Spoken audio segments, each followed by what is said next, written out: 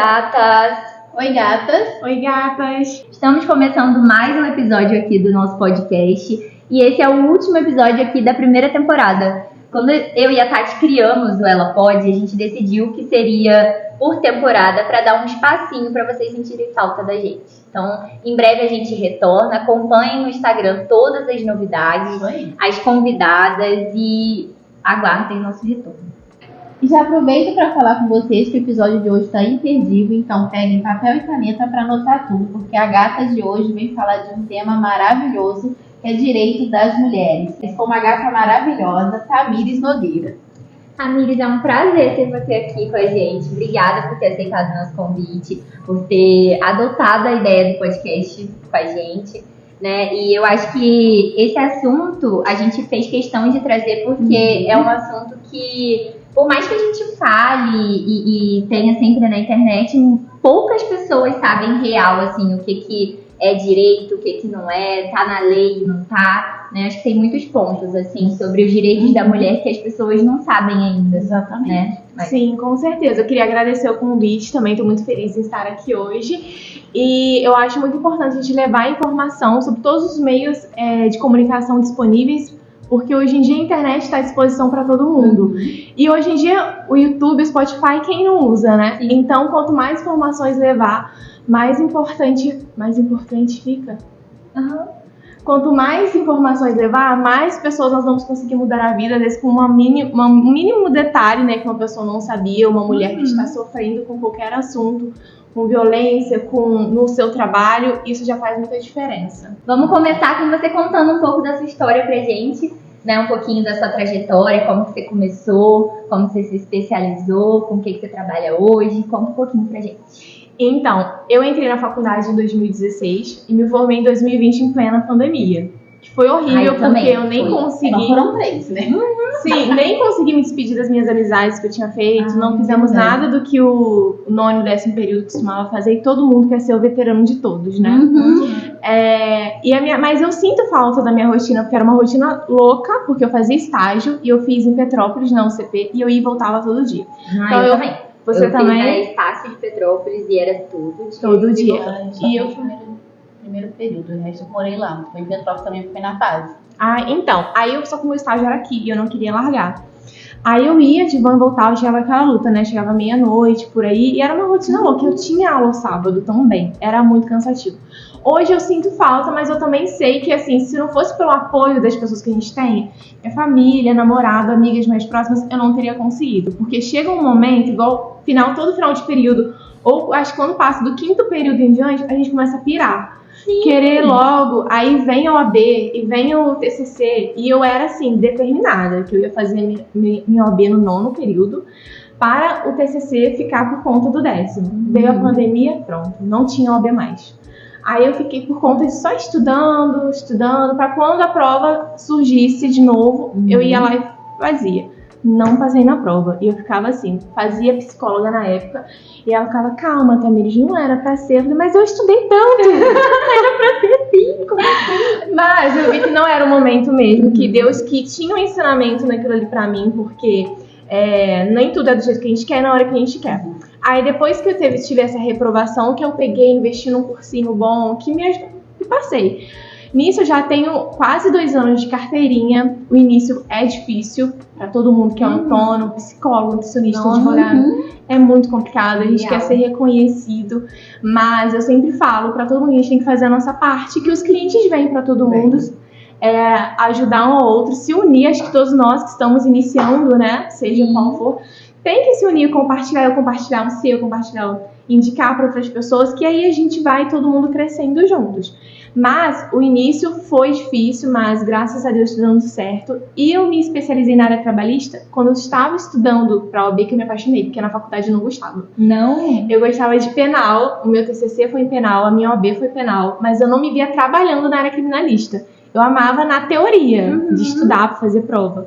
Não gostava, não me via trabalhando. Estudando para a OAB e vendo casos de pessoas próximas, enfrentando toda essa... Como que funciona hoje em dia no Brasil? Tem muitos funcionários sendo prejudicados, tendo seus direitos suprimidos. Sim. Esse ano de 2023 a gente viu muito casos de trabalho escravo, que a gente acha que não acontece. Demais. E tem muito ainda. E assim, as pessoas não sabem que aquilo ali é errado, não sabem o que tem o seu direito, ou não sabem como denunciar. Não tem conhecimento. Né? E nem as pessoas. Nem informa, Sim, né? eu trabalhei muitos anos com RH e assim, a gente, onde eu trabalhava, a gente tinha essa moção de informar para as pessoas, porque muitas vezes a pessoa não sabia. Não sabia. Eu tenho direito disso, e a pessoa não sabia. Tipo, como assim, né? Você tem que receber suas férias vencidas, proporcionais. A pessoa não sabe. Exatamente. E muitos empregadores usam isso justamente para abusar dessa mão de obra barata. Sim. Principalmente Com nesses toda interiores certeza. que a gente tem no nosso Brasil inteiro. Então tem muito caso de trabalho escravo. E também vendo casos próximos, de pessoas próximas, que eu fui assim, nossa, eu acho que a minha missão tá aí. Aí eu comecei, falei assim, vou fazer pós, vou estudar, fazer curso prático, e eu me apaixonei. Eu atuo em outras áreas, sim, mas assim, espero um dia conseguir ficar só nessa, porque é que eu gosto mesmo. E adoro mesmo. E falando sobre trabalho, a gente vê que ainda é muito difícil para nós mulheres, né, estar inserida no mercado de trabalho, se inserir no mercado de trabalho por N motivos. Mesmo estando em 2023, né? Mesmo estando em 2023, século XXI. Né? Exatamente. É isso que é absurdo. Não é? Ai, pra morrer com isso. E assim, a gente passa por várias situações, seja de assédio, gestação, né? Sim. E tem várias mulheres que saem para licença maternidade, quando volta, é demitida. Muitas mulheres Diferença já vão, salarial, eu tem acho. diferença salarial. Sim. Muitas também já vão para entrevista, a pessoa já vê que ela tá grávida, já não encontrada, já dá aquele descarte. Ou se tem filho, já a primeira pergunta é tem tem filhos, né? Isso tudo acaba prejudicando a gente. E nesses casos, tem várias medidas judiciais que a mulher pode tomar, né? E nesse caso de assédio, por exemplo, o que a gente poderia estar fazendo? Como é que procede?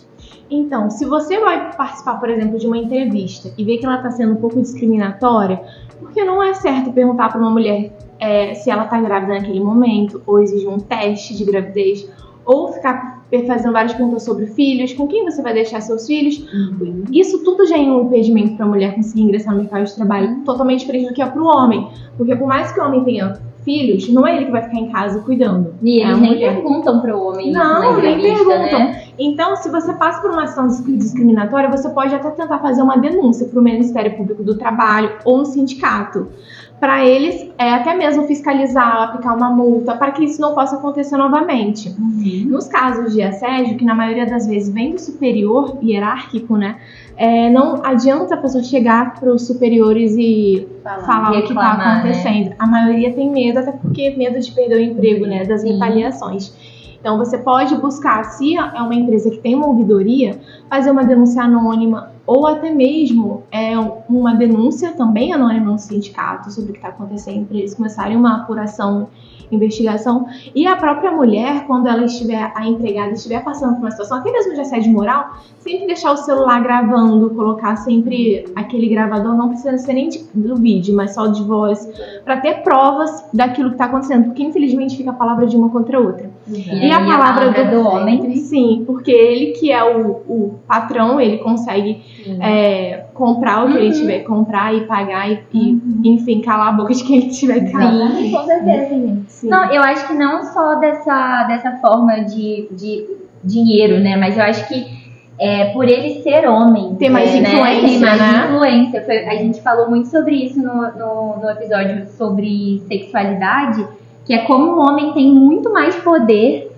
né, nessas situações do que a mulher. Que aí vai ficar a palavra dela contra a palavra dele e vai ficar por isso mesmo. Por isso mesmo. E ela ainda vai perder o emprego. Exatamente. Que a mulher, ela passa por várias fases diferentes do homem, né? Como a Tati falou sobre a gestação, depois conciliar esse cuidado das crianças com o trabalho, com o serviço. E como que a empresa deve proceder, assim, nesses casos de gestação. Então, a licença, ela é de 120 dias. Só que tem muitas empresas que se enquadram naquele programa Empresa Cidadã. Aí prorroga por mais 60 dias, ou seja, mais 2 meses. Só que quando a mulher fica grávida, além da licença maternidade, ela tem estabilidade. Desde a confirmação da gravidez até 5 meses após o parto. Então, durante esse período, ela não pode ser mandada embora. Se terminou a licença maternidade e ela voltou e ainda não acabou essa estabilidade, ela não pode ser mandada embora. Mas a partir do momento que acaba, infelizmente, a empresa manda a maioria embora. Só que não estão na estabilidade, não tem problema. Sendo uma demissão por, no caso, sem justa causa. Não pode mandar embora em razão daquela situação ali, que aí acaba sendo uma dispensa discriminatória. Mas ela tem essa estabilidade, mas vamos supor assim, que ela ficou grávida, foi dispensada e não sabia que estava grávida. Aí, posteriormente, ela descobre, ela tem direito a ser reintegrada ou ganhar uma indenização substitutiva. Nossa, nem sabia disso. É porque assim, ela ficou gestante. Tô anotando. É informação importante. Ela estava gestante no momento da dispensa, independente dela saber ou não. Então, ela já se encontrava grávida. Então, mesmo assim que o empregador não sabia, porque a empresa também não sabia, assim como ela não sabia, mas se depois ela fizer um exame e tá lá a quantidade de semanas e ela tem direito a ser reintegrada. Aí ela tem esse tempo todo de estabilidade e tem a licença maternidade direitinho, e depois, se a empresa quiser mandar embora, só depois que acabar isso tudo, lá na frente. Durante a gravidez, assim, quando eu trabalhava com RH, já tive funcionárias grávidas, né? E inclusive eu descobri uma coisa trabalhando com isso. Na época eu trabalhava num escritório e uma das funcionárias engravidou, mas teve um aborto espontâneo. E aí eu não sabia que a gente tem que dar licença para ela de 1 mês. E ela recebe como salário família, né? Como salário maternidade, desculpa. Eu não sabia, tive que pesquisar para poder entender, porque a médica dela falou para ela que ela tinha direito. Então, assim, é um trabalho multidisciplinar, né? A médica falou para ela que ela tinha, e aí eu não sabia da informação, tive que pesquisar para poder entender, e aí ela ficou 1 mês de licença, se eu não me engano. Sim. 1 mês, e recebeu como se fosse salário maternidade, Sim, né? É como se fosse um tempo ali para quem sofre com aborto espontâneo, tem esse direito desse tempo. Não sei dizer se os pais também têm, igual tem na licença paternidade, eu acredito que não. Mas as mulheres têm sim. Tem lugares que só dão 20 dias. Mas tem algumas empresas que provavelmente se enquadram nesses outros programas do governo e que dão um pouquinho mais de tempo. Da mesma forma que, como na nossa lei fala que as mulheres que amamentam têm direito a pausas, têm direito à creche, mas infelizmente na prática isso é muito difícil acontecer. A gente não vê com tanta facilidade. A gente chega até a entrar num conflito, porque fala que a OMS fala que a gente tem que amamentar, mas tem que amamentar o bebê durante 6 meses exclusivamente. Mas a licença maternidade é menos 6 meses. Sim, são 120 dias. Pois é. E acaba o bebê perdendo, né, o contato e largando uma mãe. Isso. Uma mulher que descobre o câncer de mama no período de trabalho, como é que ela pode, quais são os direitos, né, que ela tem em relação ao emprego e como pode ser esse afastamento do serviço?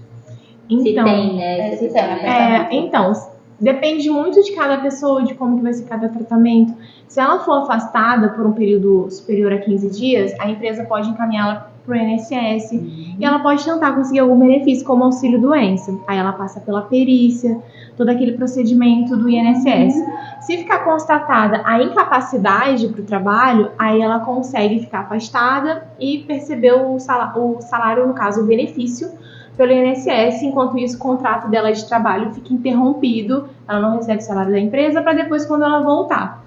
Mas, como eu falei, depende muito se vai constatar incapacidade ou não. Fora isso, em relação ao trabalho em si, ela tem direito a fazer o saque do FGTS, PIS, PASEP também, se ela tiver. E ela tem outros direitos que nem é sobre o trabalho, mas eu acho muito importante, como a isenção do imposto de renda e de PVA. Também. Isso é muito importante. Isso. Todo paciente de câncer, não só todo mulher, lógico, né? isso mesmo. Porque o meu pai, ele teve câncer no estômago, se curou, graças a Deus. Mas pra sempre um paciente de câncer, não tem jeito. Ele faz acompanhamento e tudo mais. E a gente, na época que ele descobriu o câncer, que a gente descobriu essa parte de que ele tinha isenção no imposto de renda e podia comprar carro mais barato, Sim, né? Vários... Tem prioridade na várias tramitação de processos também. Os processos de pacientes oncológicos correm mais Mais rapidez do que rápido. os demais. Sim. Tem essa prioridade processual. Então tem vários direitos que muitas pessoas não sabem mesmo, né? Sim, pra Em gente, relação a nossa, isso. eu falo isso por mim mesma, porque pra gente descobrir isso na época foi porque a contadora falou com ele, porque a gente, enquanto filho, não sabia, Não sabe. né? Então Também a gente tá mais titubeada ali também. Exatamente, Sim, a muita coisa contadora que acontecendo falou, a contadora que contou pra ele lá e aí que a gente descobriu, né? E acabou utilizando depois a informação pra outras pessoas, né? Isso, passando sempre adiante. Sim, aham.